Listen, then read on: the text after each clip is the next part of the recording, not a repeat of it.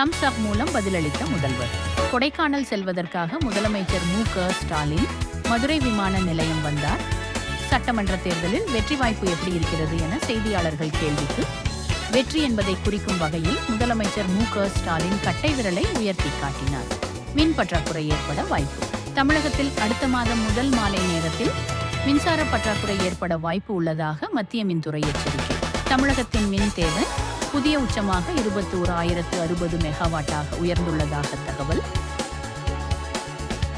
கடும் வெயிலையும் பொருட்படுத்தாமல் ஜனநாயக கடமையாற்றிய வாக்காளர்களுக்கு நன்றி. கந்தஞ்சாது ஐயராது தேர்தல் பணியாற்றிய அதிமுக தேஜ கூட்டணியினருக்கு நன்றிகள். தமிழ்நாட்டில் நிர்வாகத் திறனற்ற திமுக அரசு மீது மக்களுக்கு இருக்கும் வெறுப்பை கண்கூடாக கண்டோம். எப்படி புறவாசல் வழியாக ஆட்சியை பிடிக்கலாம் என்ற எண்ணத்தோடு திமுக தயாராக உள்ளது. எண்ணிக்கை தினத்தன்று தேஜ கூட்டணி முகவர்கள் மிகுந்த கவனத்துடன் விழிப்புடன் இருக்க வேண்டும்.